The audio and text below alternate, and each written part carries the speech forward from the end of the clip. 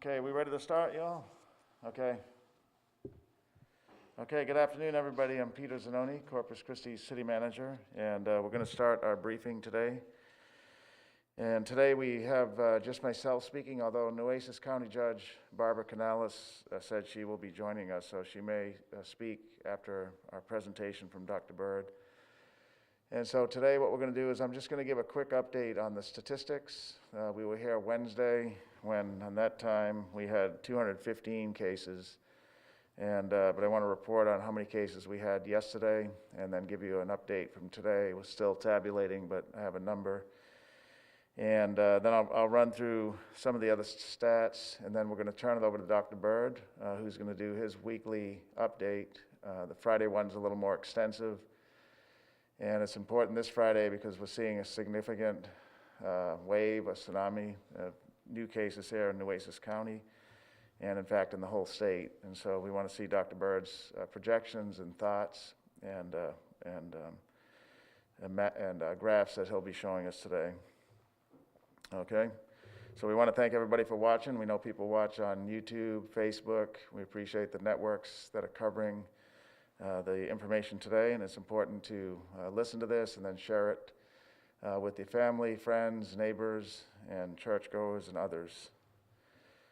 Okay, so let's start with this graph here. The far right, the 259, is yesterday's number. That's an all-time high, obviously, for us. Yesterday, 259 new confirmed cases.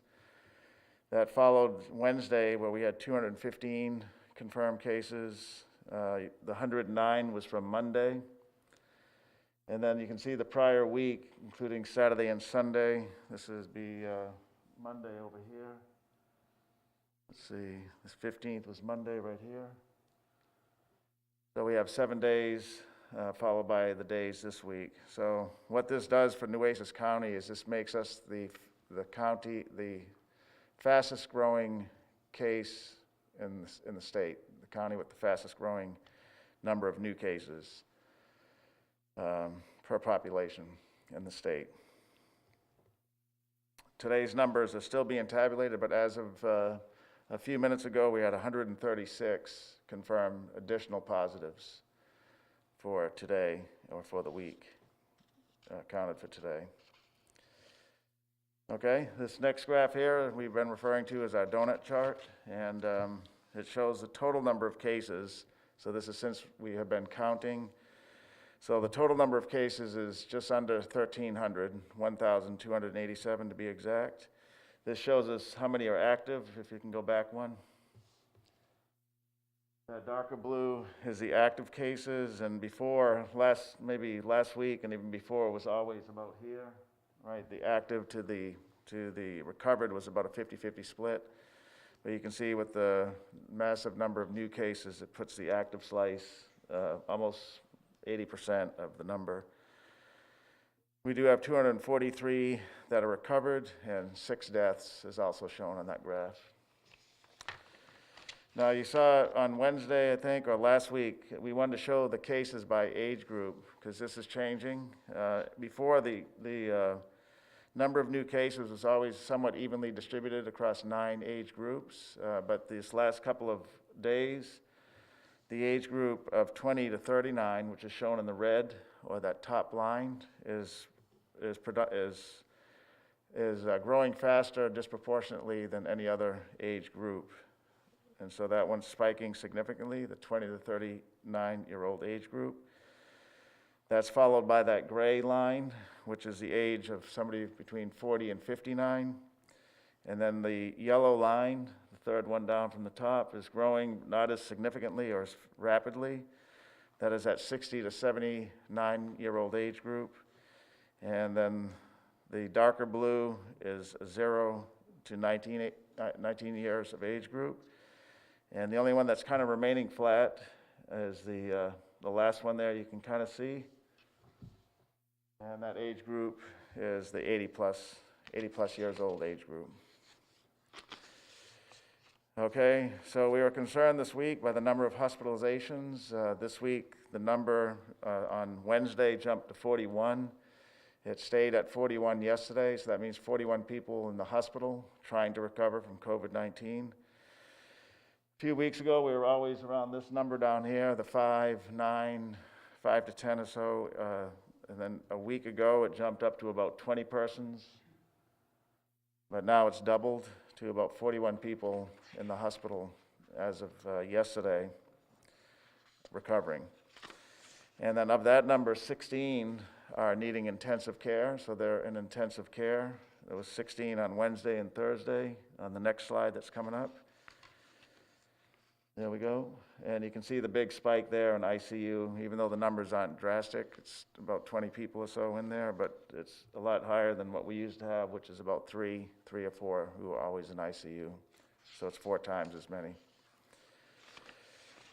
Okay, so that's a quick rundown on the statistics. Again, the number for today, we'll release those numbers at around 5, but we're looking at about 136 new cases confirmed so far.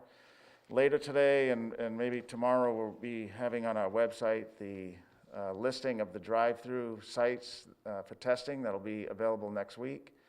There were numerous this week, both by the city, the state, and the nonprofits that continue to test, as well as some of the hospital facilities. So we'll be putting together a comprehensive list that we'll be providing to the community through our website that'll show all the testing sites for next week. Okay, so that concludes a quick briefing for my part. We're going to have it translated into Spanish, and next Dr. Bird is going to give his updated modeling for the Coastal Bend region. En resumen, el día miércoles reportamos 215 casos positivos y aunque aún no contamos con las cifras totales de las pruebas de esta semana, esperamos contar con algunos resultados. El día de ayer se reportaron 259 casos, la cifra más alta a la fecha. Esta cifra hace que nuestro condado sea el que está reportando más casos en todo el estado. Hasta esta hora, los casos positivos de los resultados de hoy es de 136, haciendo un total de 1,297 casos. Actualmente, los casos activos son 1,038, 243 casos de personas recuperadas y 6 muertes. El rango de edades oscila entre los 20 y 39 años. Este rango continúa siendo el mayor con el número de contagios. Estamos preocupados por el número de hospitalizaciones, ya que son 41 actualmente, el doble comparado hace una semana. En la unidad de cuidados intensivos se encuentran 16 personas. Good afternoon, everybody. My name is Chris Bird. I'm a professor at Texas A&M University, Corpus Christi. I'm here on behalf of the Corpus Christi, Texas A&M University, Corpus Christi COVID-19 Modeling Task Force. The objectives and the purpose of this task force are twofold. One is to address public concerns and questions about COVID-19 and the interventions that are taking place to address the COVID-19 pandemic.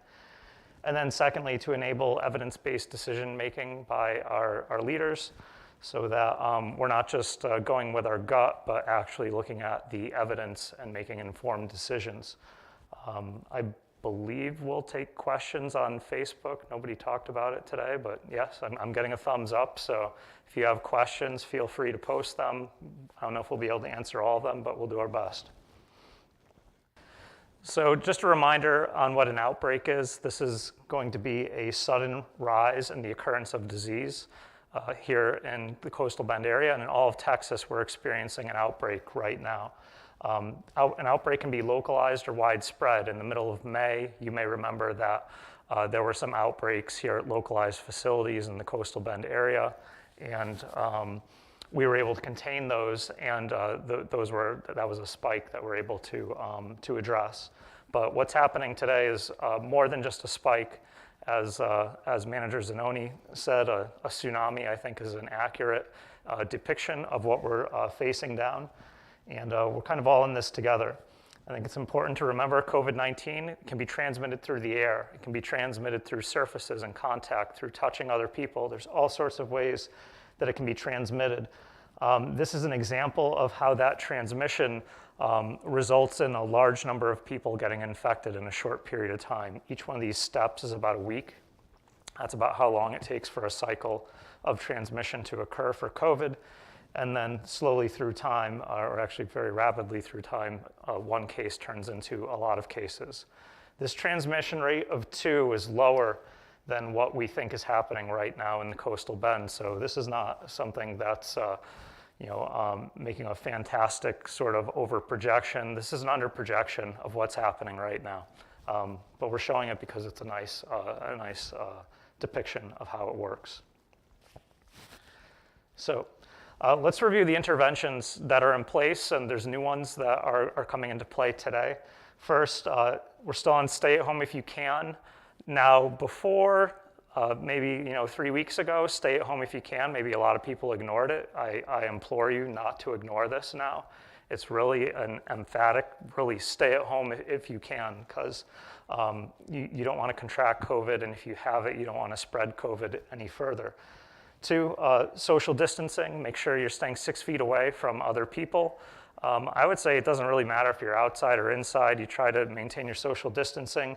And a new intervention that's in place starting today is a mandatory face covering order, where this will help to protect people in the community from getting COVID. Now, I know there's some people out there that feel that this is an impingement on their civil liberties. Well, the thing is that your civil liberties only extend as far as they impinge on other people.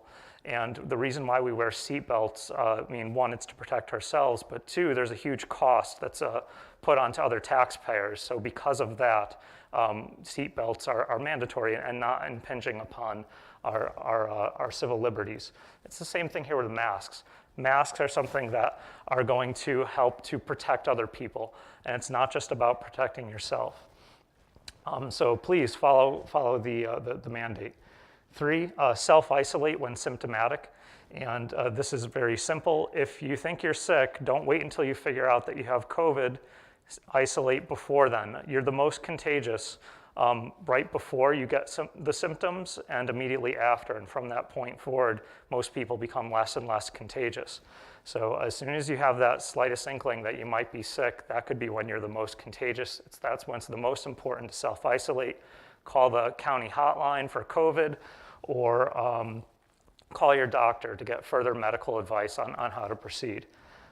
4, we had school closures. The schools are still closed, but as part of Open Texas, there has been a resumption of youth sports and things like that. So there is some sort of activities, group activities happening among younger people.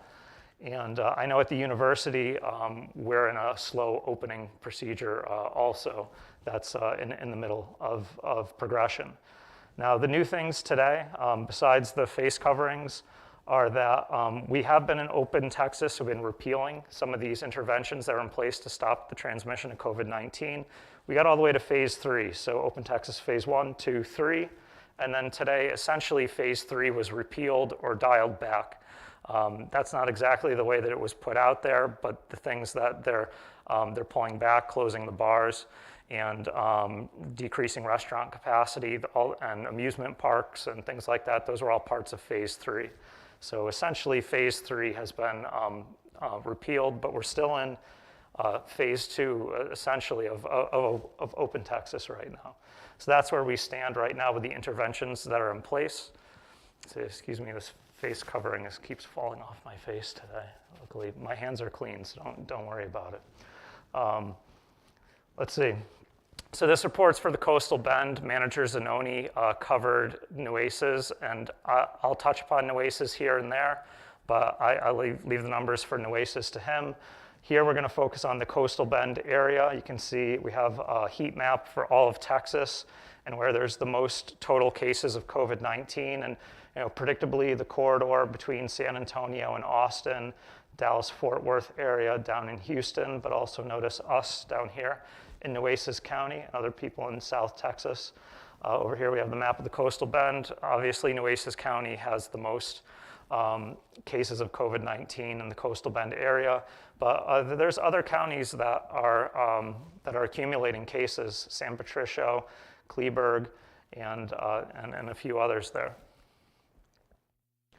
Okay, this is a graph. We show this every week, and it's a graph of the cumulative total number of cases that we've experienced here in the Coastal Bend area, so not just Nueces. As of yesterday, we're at 1,297 total cases. Now, if you're just tuning in from last week, this is kind of a shock because this is a huge increase from last week's number. The thing that I think that we need to focus on is the slope of this line, which means how steeply it's rising.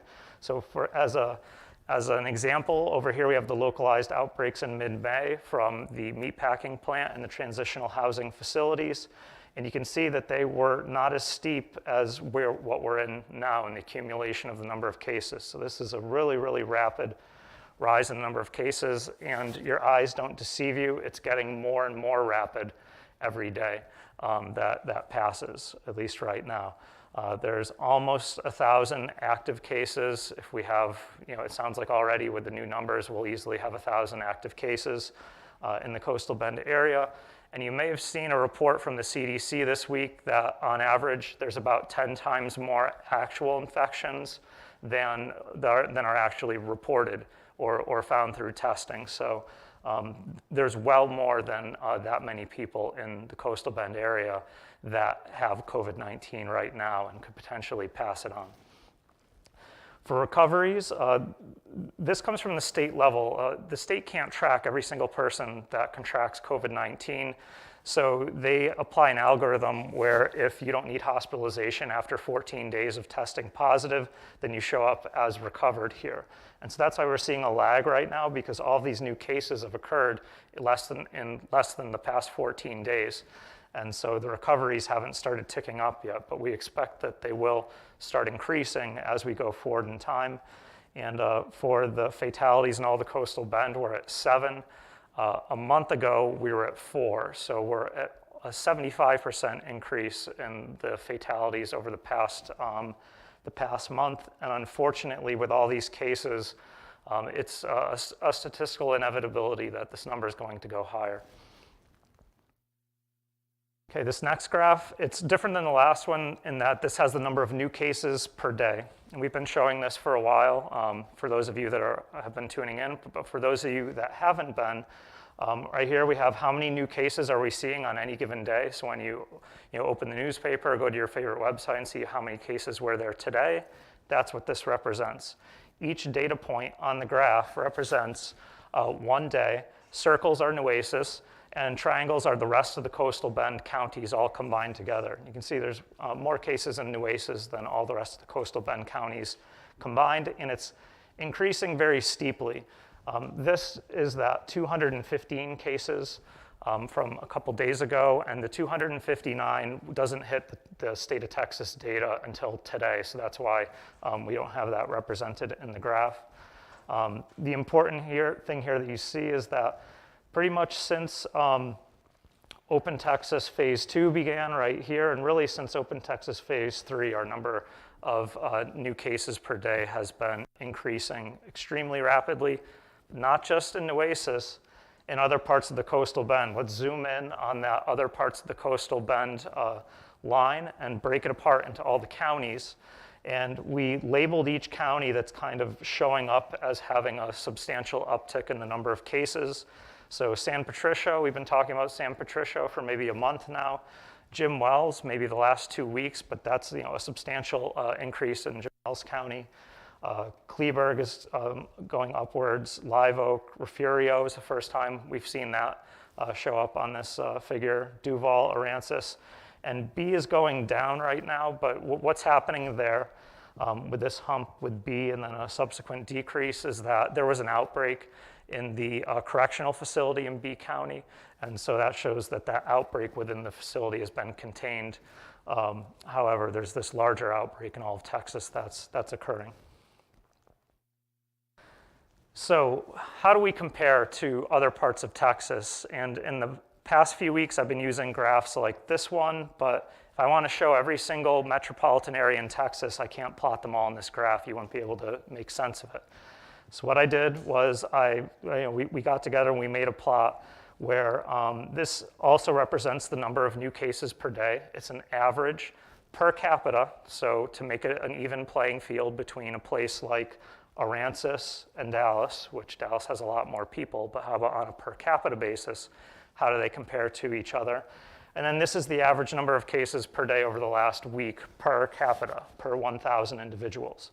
And on this ranking, Nueces comes in at number 3. I can see maybe that's not going to show up well on your TV at home, so I'll just point out the black here is Asus, the third highest average number of new cases per capita per day in the past week, and also in the Coastal Bend area down here, Portland and Aransas. All these numbers across the whole state are way higher than what we want them to be. We'd like them to be 0. And this, again, represents every metropolitan area in all of Texas. And I just pointed out a few landmark metropolitan areas for you to get your bearings. How does Nueces compare to San Antonio? Well, we've surpassed San Antonio in this statistic, and that's something that we've been following since the beginning because of our close connection with San Antonio. How do we compare to Dallas, Austin? Austin is a little bit ahead of us, but you'll see in this graph, this shows how fast we're accelerating in the number of new cases per day. And what you can see here is that if you're on the positive side of 0, that's acceleration. That means more and more new cases per day every day. On the negative side, that's decelerating. So like pumping the brakes on your car, slowing down, that's deceleration. There's only 5 metropolitan areas in all of Texas that are on this decelerating side, and 3 of them are very close to 0. So that's kind of, on cruise control, going steady without too much slowdown. Nueces is the #1 accelerating county in all of Texas or metropolitan area. And so what this means is that from yesterday to today, there's X number of new cases, and then from that day to the next, there's even more. And that rate of even more and even more, day after day after day, it's higher here than anywhere else in the state. So now here's the thing is we're under the same restrictions and regulations as everybody else in the rest of the state. So there's another way to interpret this figure, which is that we're doing less to social distance and to contain the transmission of COVID-19 given the laws that are in place than any other metropolitan area in Texas. And this is not something that we want to be #1 in. It's something we want to be last place in. And really, we were last place in this statistic until about the past month when we rose on the depth chart all the way to where we are now. So the important thing here is that this is unsustainable, and you're going to see in the rest of the presentation what this type of number of new cases per day and the acceleration in that number of new cases per day, what it leads to in terms of what we have to look forward to in the very near future. I mean, we're already in a scenario where there's hundreds of new cases per day, and we were a month ago in a scenario where, if we had more than 10, it was a reason for alarm. We've been showing this figure, which shows an estimate of the proportion of positive cases. I've been kind of emphasizing that you can't say, oh my God, there's 30% of all people getting tested are positive. It doesn't exactly work like that. But the way that it does work is that the same flaws that go into getting this data, we believe were pretty much in place throughout this whole time period. Notice we don't go all the way back to the beginning of the pandemic because the testing results were very unreliable at that point in terms of people couldn't get tests. You had to have traveled to get a COVID-19 test, or there's all sorts of restrictions on who got tested. After April 21st, that became more even, and we waited till about a week after that to start tracking this. And so what this means overall is that we can compare from date to date, and our proportion of positive cases is increasing, and there's no doubt about that fact. Don't get caught up too much in the numbers. The average number of cases, of tests that we're doing is also increasing. So this is not some sort of statistical artifact, because you would think if you kept testing more and more people, maybe you could dilute out the positives. But what's happening is as we test more people, we're finding more and more positives, and that's not an expected relationship. That would be an indication that COVID is spreading in the Coastal Bend area, and people are becoming more and more likely to have COVID, the people that are getting tested. So again, this is an unsustainable progression that we've been going through you can follow it back all the way to the beginning of Open Texas Phase 3. Okay, we look at cell phone data to see how people are behaving and to see if there's maybe some effect of messaging and our ability to social distance. Now, the cell phones can't tell us everything. The cell phone doesn't know if you have a mask on or not, at least, our data doesn't. Maybe, the NSA knows things like that. But, we don't have access to photographic data. We do have access to data on foot traffic. That means did a device go to a particular location? Whether the device left home or not, you might be wondering, well, how do we know where you live? Well, we don't know where you live, but if your device stays at a particular address during certain hours of the day, day after day after day, it decides that's your home. That's why when you open up Google Maps, you never told it where home was, but it knows, right? And then potential encounters. This is when two devices come near each other, and then there's at least a possibility that a contact could be made or a transmission of COVID could be made if somebody is infected. So what about our privacy? And we address this each week because if we don't, there's concerns out there. We don't know, we don't know who's who in the cell phone data. Two, everybody who's being tracked voluntarily opted into it. When you turned on Facebook, when you installed the app and asked you could have access to your GPS, you agreed to get tracked. And so if Facebook is running, it's tracking you. It might be tracking you even if Facebook isn't running. And so that's how Mark Zuckerberg got insanely rich, because he's able to sell that data and do targeted ads. That's why when you open up your computer, it knows that you want that thing that you were looking at, or sometimes even that you were talking to your friend about. This data is out there, it's legal. We have a very filtered version of the data set, and this may be one of the few times in your life it's being used for something other than to try to sell you something. So we can use it to assess how many people are leaving home.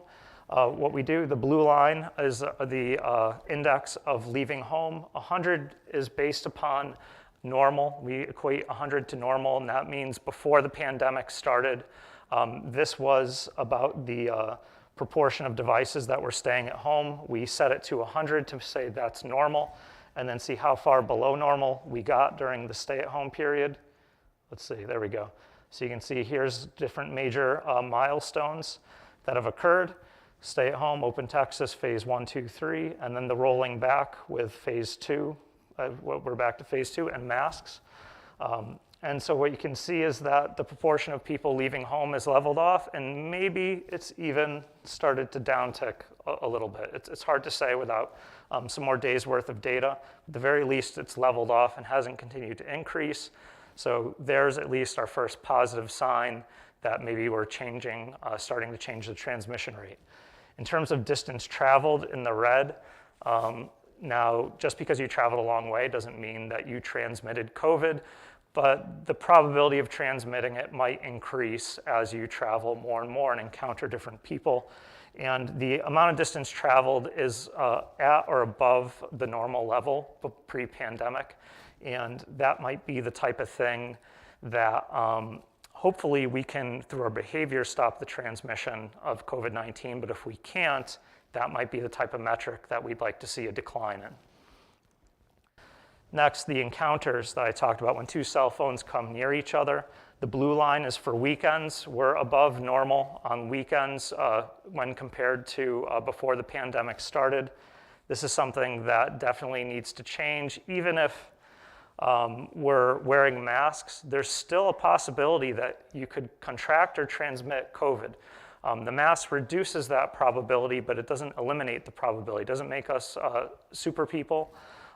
And the more people you come in contact with, the more probability you have of either contracting or transmitting COVID-19. So we're going to be watching as things go forward here and see if we see any change in the behavior of devices coming near each other. And on the black line, that's for Monday through Thursday encounters, and that's on a decided downward tick. So that's our second indicator that maybe something's starting to change in terms of our behavior. So hopefully the more indicators we see of change, that will be starting to equate with fewer, or at least a less rapid increase in COVID cases, and hopefully eventually fewer COVID cases per day. Last, this is something we've been showing for a while. The blue means essential locations, and the browns mean non-essential locations. So if it's not blue, it's not essential. You can see these are all like restaurants and malls, the amount of usage or foot traffic they're getting. And there's an error here. This dotted line should be right there. They're very close to 100%, very close to normal. And so these are activities that aren't exactly necessary right now. It's a risk to go into a place where there's a lot of people if it's not essential. And so we see at least a leveling off, but we're expecting to see a decline in this activity, especially with restaurants, because the capacity of them has been dialed back to 50% now, I believe. Bars have leveled off, but as of 12 o'clock today, bars are now closed all over the state. And so we would expect in the next few days to start seeing a decline in foot traffic at bars also. The one thing is that it won't matter if the movie theaters are closed or not, because nobody's going to the movie theaters anyway. And you can see that from the graph. So we're going to use this cell phone data to see what's happening, and I'll remind you at the end of the talk about why that's going to be important moving forward. Okay, so overall, what's happening right now is our transmission rate is too high. And this is not the transmission rate at the beginning of the pandemic. This is our estimate of the transmission rate right now. You might be wondering, well, wasn't it lower on Wednesday and wasn't lower on the Friday before that? And it was. And as we get these huge jumps in number of cases, the estimate of the transmission rate keeps going higher and higher and higher.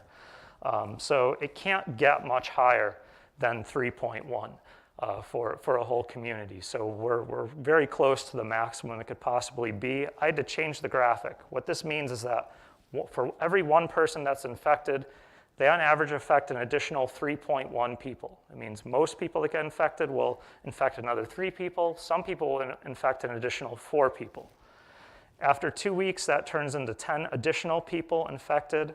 After 3 weeks, that turns into 30 additional people infected. And after 4 weeks, that turns into 92 additional people infected, for a total of 136 people infected from just a single infection in 1 month period. So I know that a lot of people are wondering, how could we have gone from where we were to where we are now so fast? How could it have been last week? We were concerned, but now all of a sudden, it seems even worse. This is the way exponential growth works. It's not linear. We don't think in these terms, and it's a natural reaction for us to respond with, well, let's wait and see what happens tomorrow. But we're in a place now where we've waited and seen for a month. Now all these people, go through that same projection, right? So start with 92 and then go through another month, and you're ending up with an untenable amount of people that have COVID-19. And that's what we can't allow to occur. So using that estimate of 3.1 for the transmission rate, one thing we do is we project hospital usage. And so what I did here, and we're going back to something we were doing kind of back at the beginning of the pandemic, which is testing a couple different scenarios, because here's the situation that we're in. The situation is there's way too many new cases per day. We need to change this immediately. And really one of the major things is that it takes between 1 and 2 weeks for somebody that's infected to show up as a case.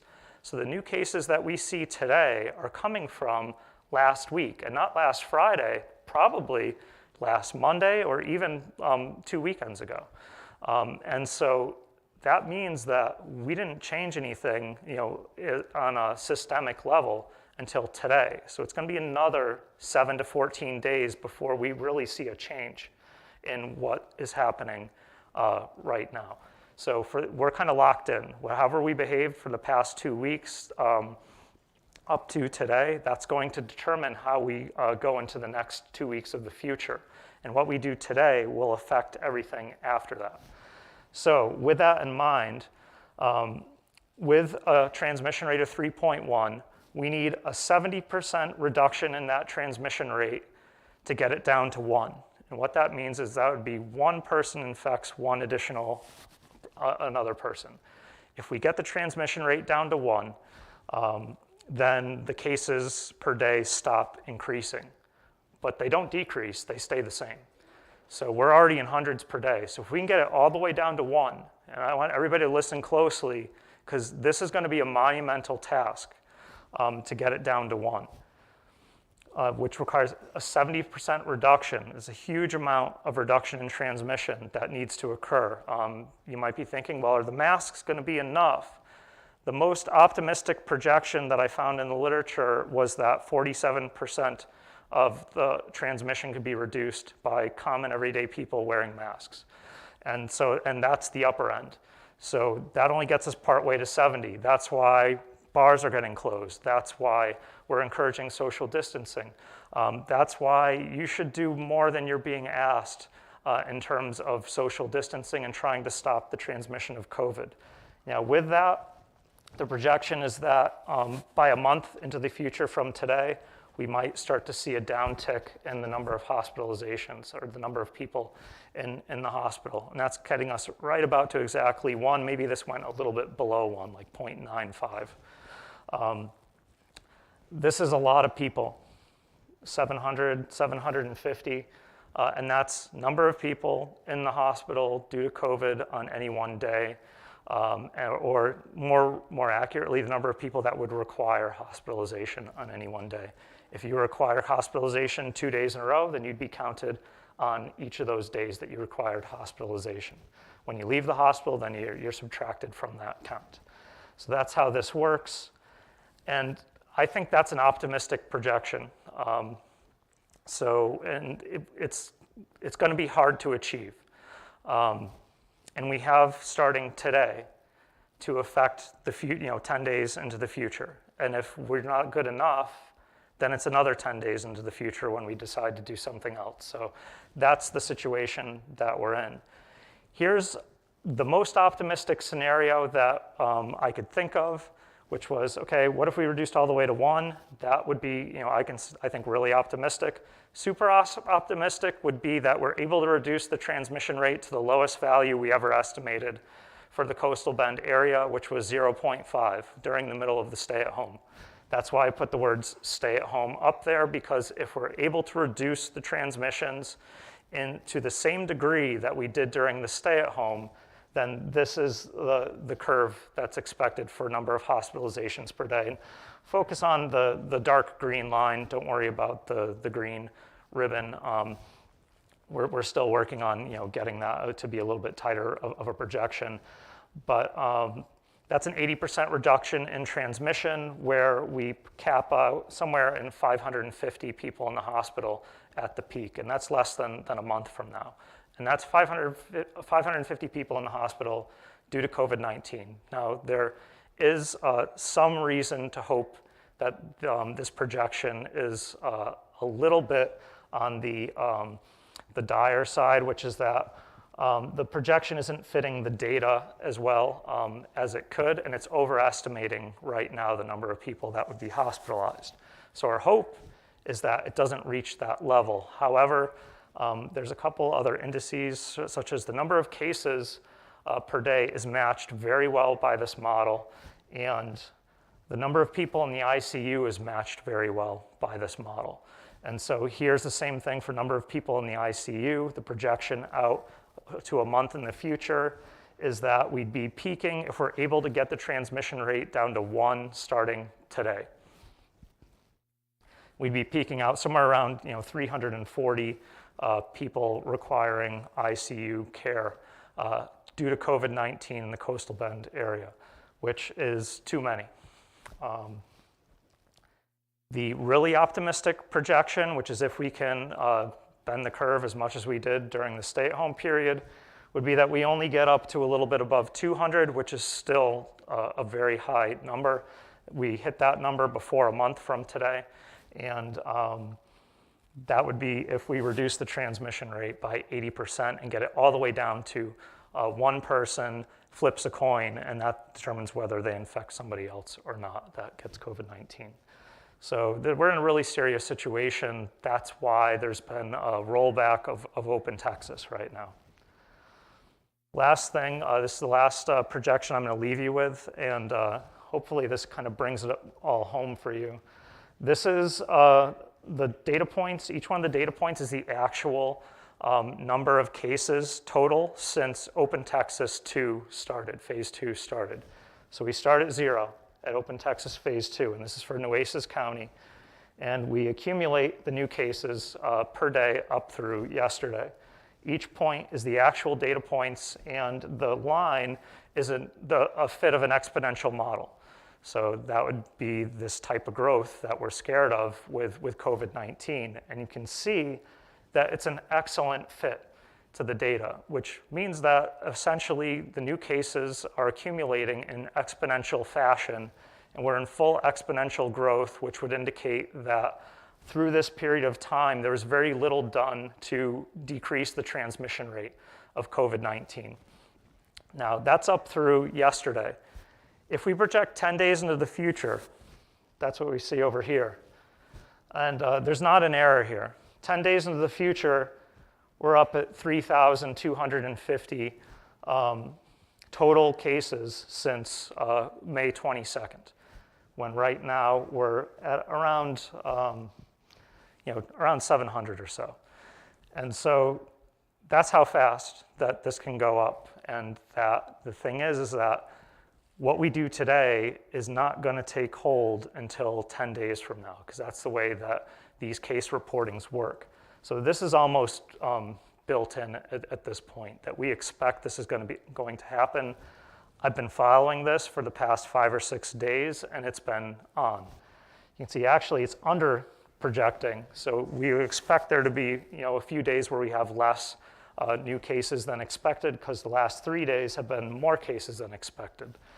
So when we get into numbers like that, so that last day, that's about 750 new cases, we start to wonder, are there enough machines in the coastal bend to do that many tests to end up with 750 people testing positive? And so we're starting to see even now that the ability just to report the cases when we do have tests available is starting to be strained, and the system's just not designed for this volume of tests to be done and just even to report them. So moving forward, there may be a phenomenon that occurs where there may not be a steady increase in the number of new cases if we hit the ceiling or we come near the ceiling on what we can actually do for testing.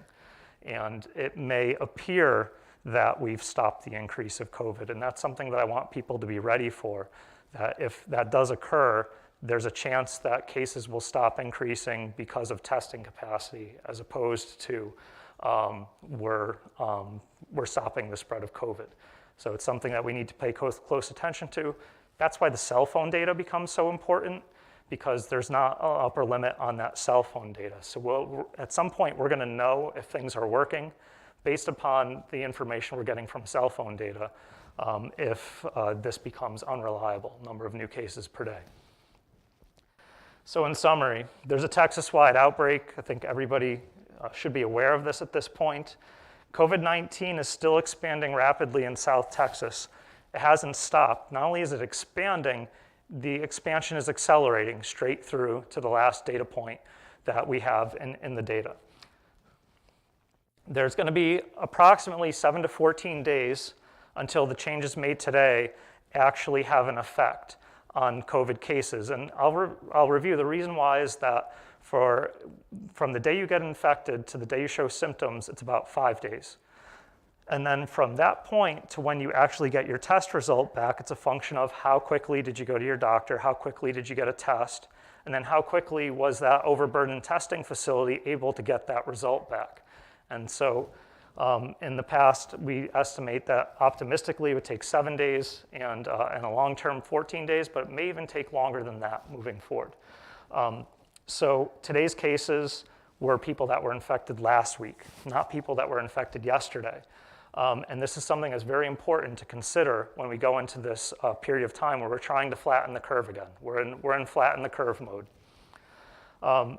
And there's some reason to expect that COVID indicators of COVID will be affected.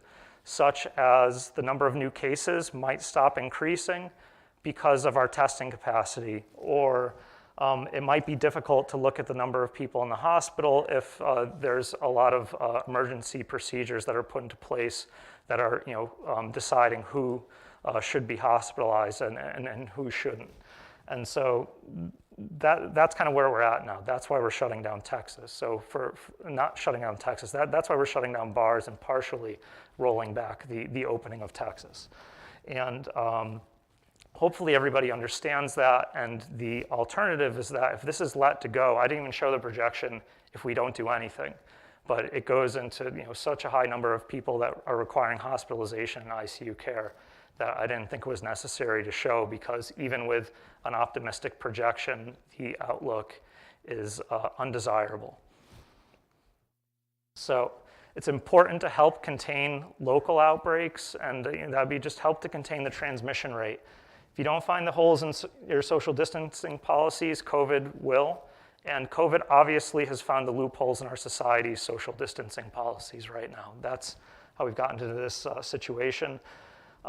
We on the task force, we recommend you do as much as possible to stop the spread of, or the transmission of COVID at this point, because from right now, it's about 10 days before we expect to see any effect of that. And if it's not enough, we kind of don't want to have to then wait another 10 days to try harder. The time to try hard is right now. What can you do as a citizen? Face coverings are something that everybody should wear. They can decrease your probability of transmitting or contracting COVID by 50%. Social distance, at least 6 feet, or more is better. Self-isolate when you're symptomatic so you don't transmit COVID to other people. Even if you don't think you have COVID, if you just have one symptom that might be somewhat related to COVID, call the hotline, call a doctor. You'll probably be recommended at the very least to just quarantine yourself for 14 days. It's certainly not the time to have a social gathering right now, so I would postpone that or try to move it online. And curbside and takeout are great options if you want to get groceries, or Home Depot does curbside, and takeout. You can still get takeout from your favorite restaurants. And it's important to support testing and contact tracing efforts, especially now when the system that we have in place is being strained or imminently going to be strained. So with that, I'd like to thank everybody that contributes each week on the task force. A lot of people help to make these graphs and projections, and just discussions on what's happening in the local community with COVID-19 are important. And I thank everybody that helps us with that. I think at this point, I'll let the translation go, and then we'll have a representative from the Department of Health come and talk to you. En resumen, un brote por una enfermedad puede estar dispersada en la comunidad o ubicado en un lugar en particular, pero lo que estamos viendo es un tsunami en nuestra comunidad. Las intervenciones no farmacéuticas, le recordamos, son estar en casa, continuar el distanciamiento social y el uso de cubrebocas, el aislamiento cuando se presentan síntomas y el cierre de escuelas. El día de hoy, la fase 3 de reapertura del estado ha sido repelada para así evitar la propagación del virus. En el área de la costa se reportan la mayoría de los casos en Nueces, seguido por San Patricio, Jim Wells y el condado de Bee. Hasta el día de ayer, los casos en el área de la costa eran de 1,297, cifra que ha incrementado de manera significativa y muy rápidamente. El número de fatalidades en el área de la costa es de 7, pero desafortunadamente esa cifra se espera aumente debido al número de positivos. El condado de Nueces es el primero en el estado en reportar casos positivos per cápita, precedido por Lubbock y Austin. Utilizamos información basada en el uso de celulares para poder determinar el comportamiento de la gente. Estos estudios nos dan información personal, no nos dan información personal de ningún usuario. Estos datos que obtenemos son legales y nos ayudan para saber cuánta gente sale de sus hogares e interactúan con otras personas. Hemos visto que más gente se está quedando en sus hogares, aunque otros continúan viajando grandes distancias. Cada viaje tiene un encuentro y la potencialidad de propagar el virus. La visita a los bares y restaurantes se espera vean un decline en las visitas debido al cambio en la fase 3. Actualmente el radio de transmisión está muy alto. Una persona portadora del virus puede infectar a 3.1 más personas en promedio. En un periodo de 4 semanas, esa persona puede infectar a 136 personas más. Le recomendamos hacer todo lo posible por evitar el aumento en la transmisión del virus. Good afternoon. My name is Dr. Dante Gonzalez. I'm the Assistant Director of Public Health. And today I wanted to steal 3 slides from the previous presentation to kind of show you something that I noticed on this presentation. So it usually takes anywhere between 2 to 14 days for the incubation period for this virus. Whenever Texas started to open, what we see is we see a little bit of delay before we started seeing the positive cases. As we get to congregate even more and we get closer and closer to each other, we start seeing these increases in cases, which is seen here by this graph as well. And it was mentioned earlier, but you can really see it here. The first phase opened up here, and you can see kind of like that delay until you start seeing the effects of that opening and people being closer to each other. Second phase, the same thing, and then now the third phase. This is because as we get closer and closer to each other, we start kind of spreading the virus even more, which is why we try to do, from public health, we try to do contact tracing. So, which leads me to this slide right here. Part of the contact tracing and the important thing that we do is to try to make sure that we get that one person that came back positive.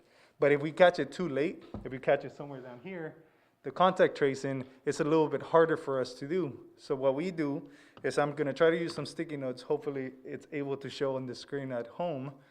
But let's say that we get a call or a positive result and we need to do contact tracing, right? So we call the individual and we let them know that, hey, you're positive. So, and let's say that it was this individual right here. So now we stop 3 people that this person could have infected, because we tell them, stay at home, don't go anywhere, stay at home, wear a mask, clean your hands, do everything that we tell them to do. So this is 3 people now.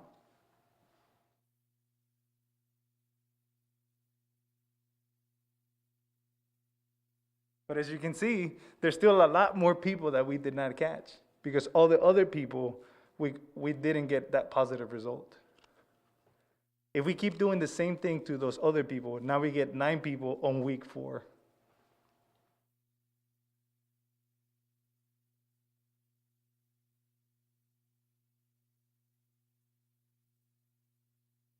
I hope you get the point. We're never going to be able to fully get every single person at week 4.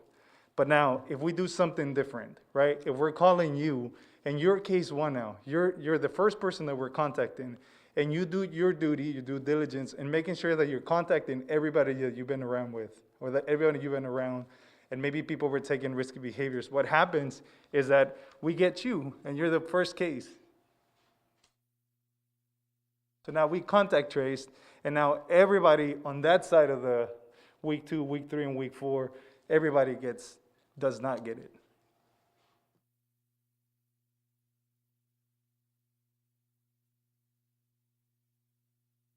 And this is what we refer to as breaking the link. So now we broke the link of infection, but you also helped us do our part. So that if you call people and you let them know, hey, you were exposed to somebody who was positive, you're helping us out from public health by stopping that link of infection. The other thing that I wanted to mention is, we're in desperate need of plasma, of donations for blood for people that have already been positive. If we have contacted you in the past and you were positive for COVID, what we're asking is for you to donate plasma, to contact the blood bank and to let them know that you're a candidate and you would like to donate some of this plasma. Because that plasma that you're donating is going to help the people that are in the hospital, in the ICU beds, or that are in critical condition, because we're able to use that plasma to treat those particular patients so they can get better faster. The phone number to call is 361-855-4943. The other thing that I also wanted to touch on is that this week we're getting the Sahara desert plume.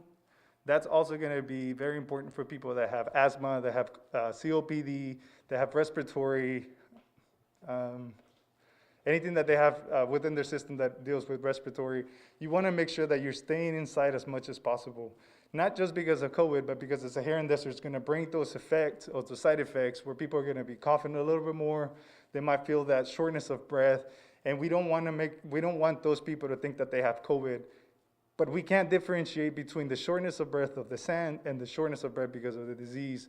So the best thing to do is to stay at home, to not go out as much as possible, and to always wear a mask when you're outside.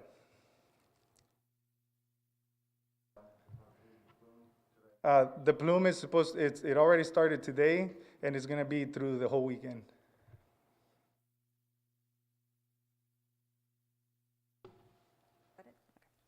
En resumen, usualmente la incubación del virus toma hasta 14 días, pero estamos viendo el incremento de casos.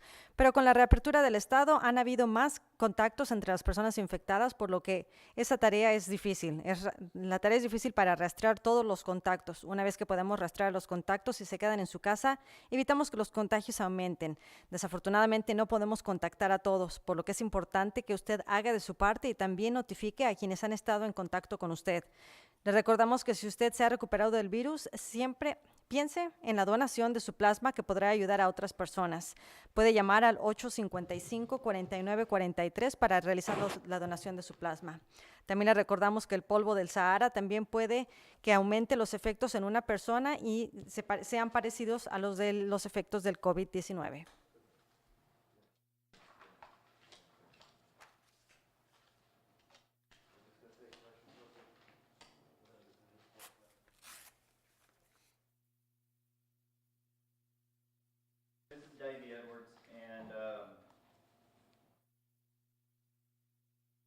This is Davey Edwards. I'm one of the coordinators from Texas A&M University Corpus Christi.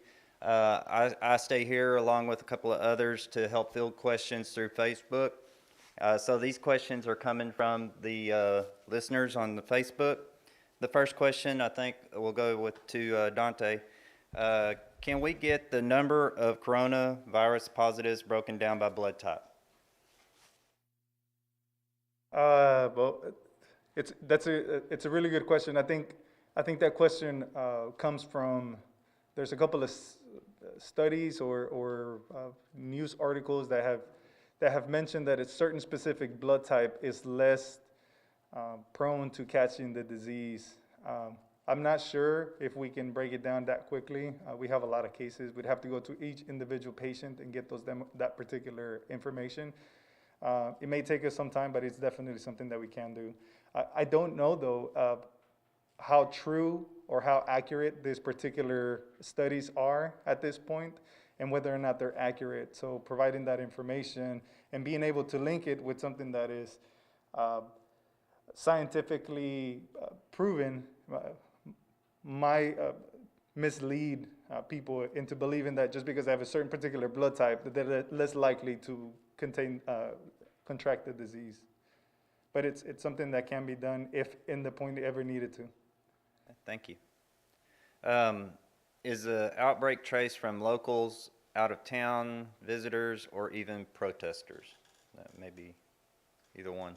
I think I can answer that question as well. You know, at first when we started doing this, we broke it down by, was it travel related? Was it community acquired? Right now, there's a little bit of everything right now. Mostly it's people that are our local residents is the numbers that we provide those results to. If you saw the presentation earlier, it was also showing the travel, that people are traveling a little bit more, right, in further distances. It's not just that you're positive or you may be infectious, that you're going to a different place, but it's also that you're bringing it back. So it works both ways. So now, whether you call it a community acquired, it's all over the United States. So, I mean, the whole U.S., we should consider our community, right? If you're bringing it back from somewhere else, or if you're taking it to somewhere else, you know, those numbers are kind of like now a little bit hazy. And I think you can break it down, but the important part is to make sure that you're doing all the prevention, whether you're here or you're out of town, or if you're somewhere else. Wear a mask, routinely wash your hands, and, you know, avoid touching your face. Thank you. What can we, as regulars of these updates, do to help? I think one thing that's important is sharing the message. What people in the Department of Health are seeing is that people didn't realize they're getting COVID-19, that there was a rise in the cases lately.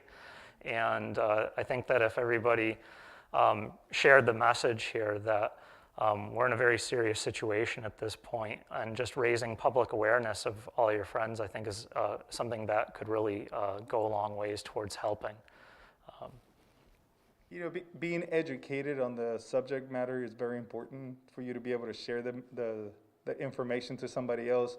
We have a lot of websites now. The CDC has a great website. We have a great website that is local, you know, cctexas.com/coronavirus. There's a lot of information there that you can use to read, to learn about what's happening within your city, within your county, and then being able to disseminate that information with actual facts, right? People still don't think that this is happening. You know, this is happening. Our numbers at the hospital are increasing with COVID-like symptoms, as well as with people that are positive with COVID that are very critical. Also making sure that if you're sharing information, that you're sharing the right information and the correct information. You're gonna find it at cctexas.com/coronavirus. And then, you know, just keep sending people to that particular website so that they can learn about it and see what's happening with their community. The other thing is, you know, people may not want to wear masks, and I've heard this many times, numerous times through our phone bank, is that people don't want to wear masks because they're uncomfortable. I mean, as I stand here, I feel kind of a little bit of shortness of breath because I have to, because I'm talking, and it's very difficult to talk with the mask. What I can tell you and what I have heard from people that are critical in the hospital is that it's a lot harder to breathe when you're on a ventilator. So if you're not wearing your mask right now, being on a ventilator is a lot worse. So even if you have to take breaks from time to time, you know, right now I'm trying to speak slower because earlier, you know, I felt it. It's not something that we're used to because this is not the norm.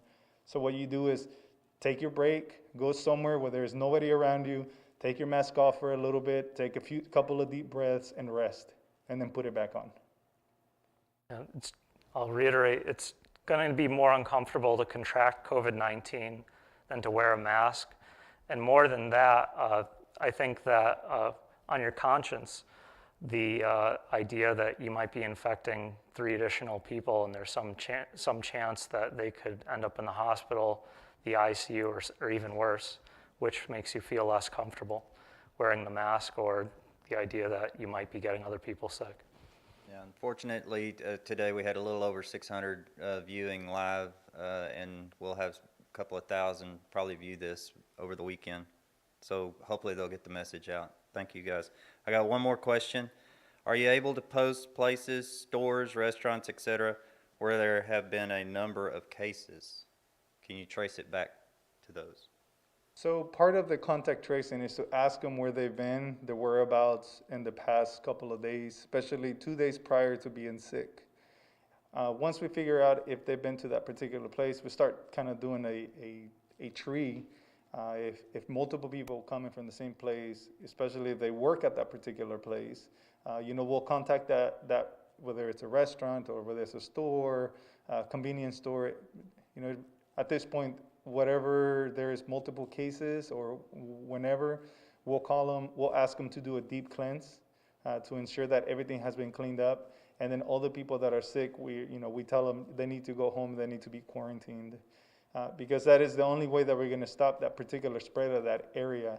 You know, this virus lives on longer inside of a human than it lives on surfaces.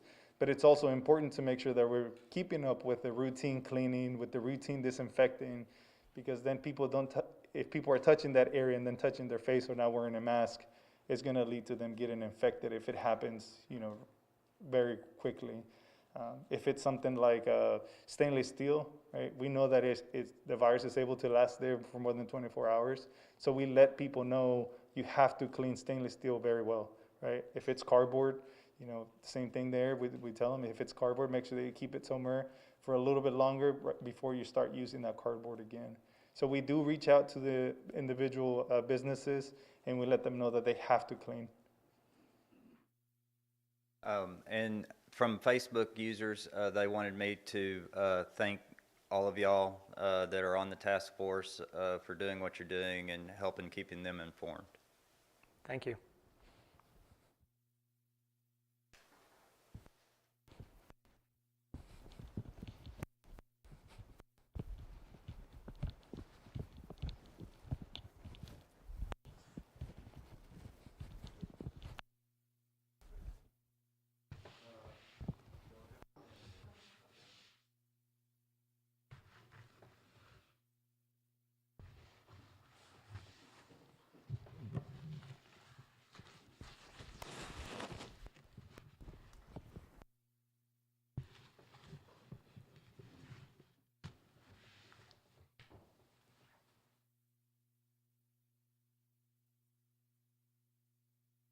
Okay. We still have a few more minutes. We're going to have Nueces County Judge Barbara Canales, who's here with us now, say a few words on some of the governor's orders, on some of the orders she's issued, and help to inform the community, and to also talk about the mask order that she's put in place effective today. It was signed earlier, Monday of this week. I did want to, though, update the community. We had talked about 100 and something when I first began the press briefing, but our final number for today is 212 confirmed additional cases, so we're above 200 again for Friday today. That number and the details, to the extent possible, we can't get all the details out as we normally do because there's so many cases, but we'll release the final count and some of the metrics here shortly for the media who looks for it every day around this time. So 212. With that, we'll have Nueces County Judge Barbara Canales come up and speak with us.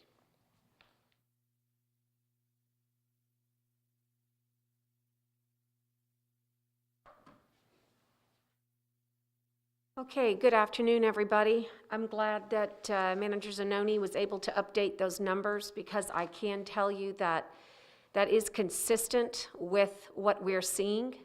And I didn't want that number earlier reported to really deceive anybody that somehow we were going lower. We still have a tremendous problem here in Nueces County.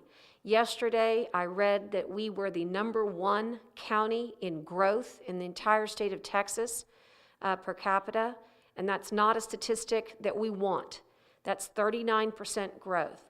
You also heard yesterday that in over 4 metroplexes in the counties that are named Travis, Bexar, Dallas, and Harris County, that elective surgeries were having to be postponed in order to make way for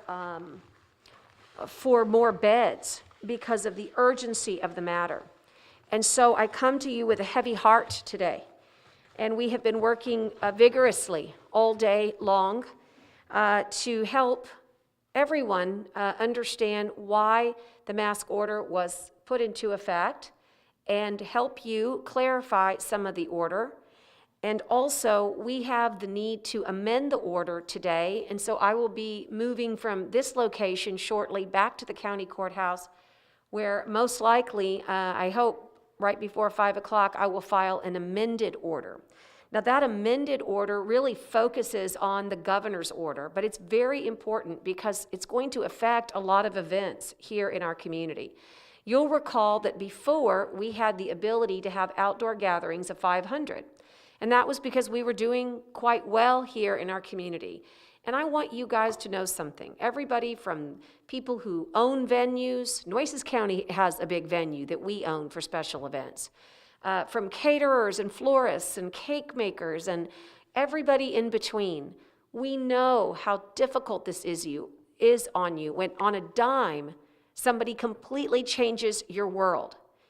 And if it were not for the fact that public health is numero uno, it's #1. It is the most important factor in it's life. It's basically a discussion of human life. And so the reason these orders are put into place is to protect you. And so when the governor pivoted from 500 to 100, we need to make certain that here in Nueces County, we're going to abide by those orders. So if you have an event that is an outdoor gathering over 100, you will need to seek permission from myself, the mayor, or the health department. And I'd like to have them funnel through my office, and I will be working very closely with the city manager and the mayor and the health department and our health authority, who, remember, is an infectious disease specialist. Now, what I can tell you is just like anything, there are a lot of exceptions. I would like to read the exceptions. These are not Barbara's exceptions. These are not Nueces County's exceptions or the mayor's. These are the governor's exceptions. So if you fall in this range, you do not need to seek permission because these orders do not apply in this category.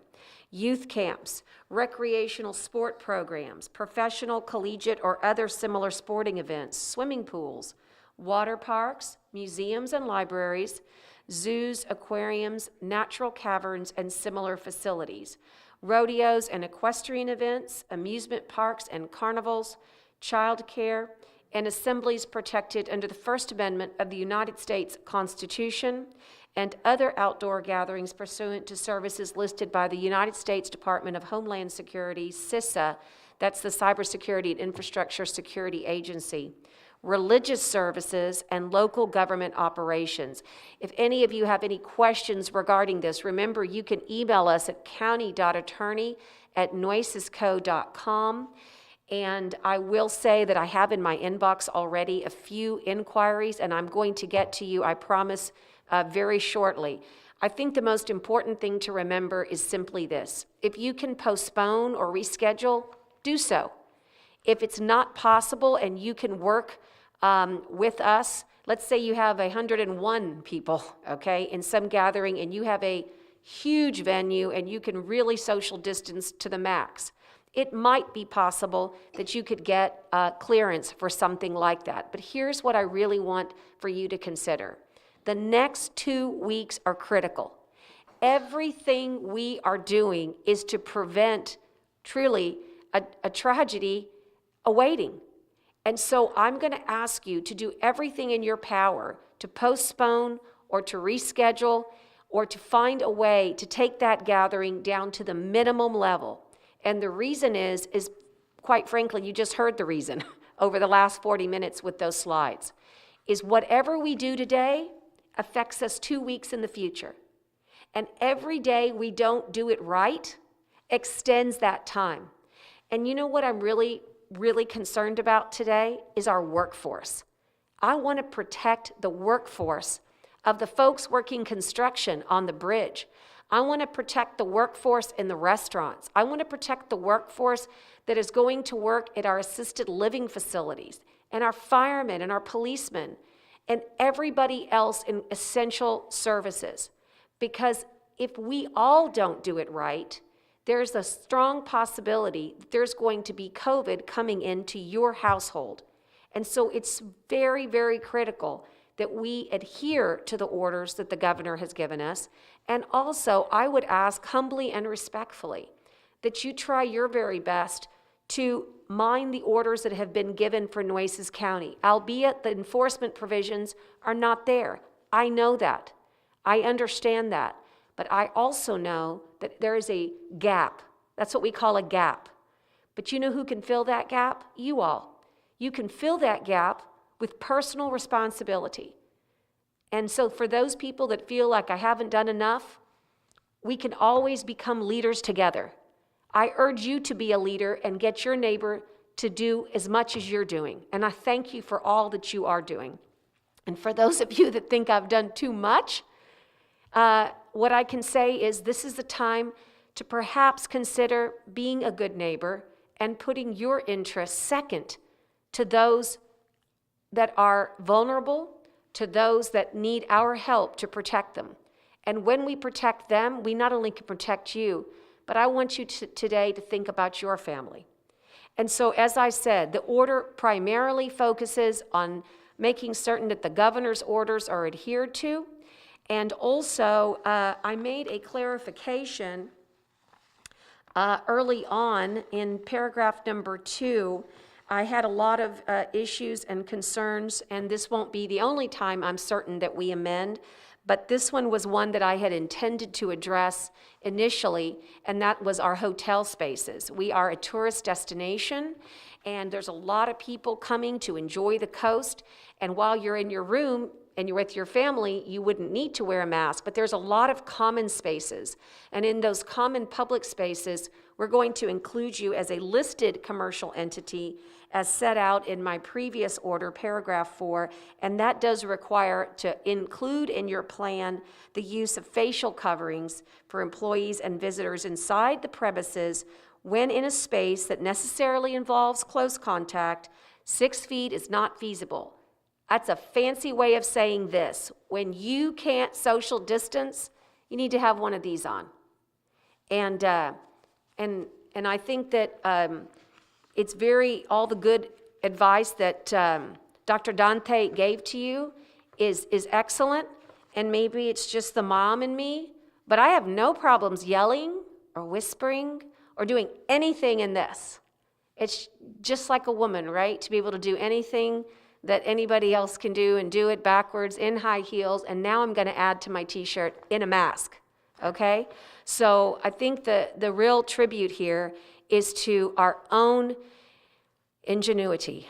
You know, Americans and Texans have a long tradition and history of fighting for what they believe in. And I believe that our tradition is calling upon us right now to fight for one another, to fight for health, to fight to keep people out of our hospitals. It is with alarm that I tell you that we've doubled our hospital count. If this trend continues, we'll see next week a doubling of the numbers that we have today. And I do not want that.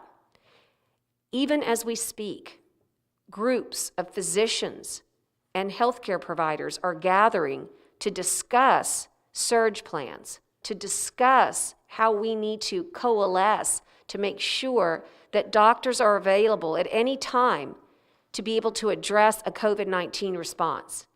You would not see doctors doing this if there was nothing to speak about.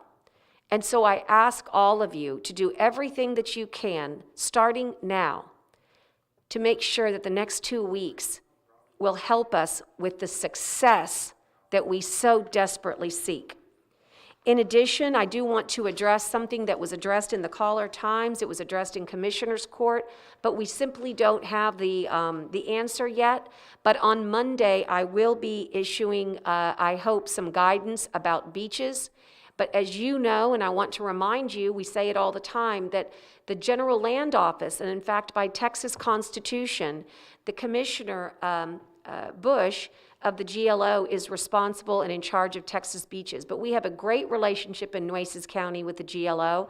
I personally have been on the phone with them. We're reaching out to our delegation, and we're working on the idea of, you know, what recommendations could we give to them that they might consider. And I know that they will consider them. I just know that it's not going to happen today.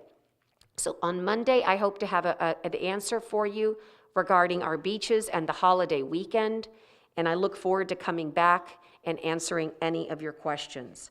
I think that covers most of what I wanted to say. Just remember that masks are they're going to be a part of that 1-2 step. That social distancing is obviously number one, and when you cannot social distance, and particularly when you're in those high volume places that we've mentioned in the order, the masks will be mandatory. And when you're not in those high volume places and you can't social distance, you should be wearing a mask. And I think that's the best order that anybody could possibly give. But again, I take exception to the word order and really try to concentrate on the right word, which is saving human life. Thank you all so much, and I'll be available to answer your question. En resumen, la cifra del día de hoy de casos positivos es de 212 en el condado de Nueces. Ayer leí que somos el condado con el mayor número de casos por cápita en el estado de Texas. También ayer se suspendieron las cirugías electivas para hacer espacio en los hospitales y atender a más enfermos. Más tarde voy a emitir otra orden alterada. Existen lugares donde está permitido la asistencia de un gran número de personas. También aquí los eventos que tengan más de 100 personas deberán contar con un permiso especial, aunque hay excepciones, de acuerdo al gobernador. Estas excepciones incluyen deportes recreativos, albercas, museos, acuarios, rodeos, parques de diversiones, servicios religiosos, entre otros. Para más información puede mandarnos un correo electrónico a la dirección county.attorney@nuecesco.com. Lo más importante es que si puede posponer ese evento, hágalo. Las próximas 2 semanas son críticas si queremos prevenir toda una tragedia. Lo que hagamos ahora va a tener efecto en las próximas 2 semanas. Yo quiero proteger a la fuerza laboral, ya que si no lo hago, el virus va a estar en todas las residencias. Para aquellas personas que piensan que no he hecho lo suficiente, le pido que usted haga de su parte. Estos cambios es para proteger a todos, especialmente a su familia. Otra de las alteraciones que hice es debido a los visitantes que acuden a nuestros hoteles y moteles, lo que hará que requieran el uso de cubrebocas obligatorio y siempre y cuando no se pueda tener el distanciamiento social. Haga de su parte para evitar más personas enfermas, sobre todo en los hospitales. Médicos y hospitales están discutiendo sus planes para atender a una ola de casos en caso de que así se presente. El día lunes voy a emitir una guía en cuanto a las playas locales. Seguimos trabajando junto con la Comisión General de Tierras, o GLO. Esa entidad está encargada de las leyes en las playas. Les recuerdo que el uso de cubrebocas es obligatorio en los negocios en donde no se pueda practicar el distanciamiento social de 6 o más pies de distancia.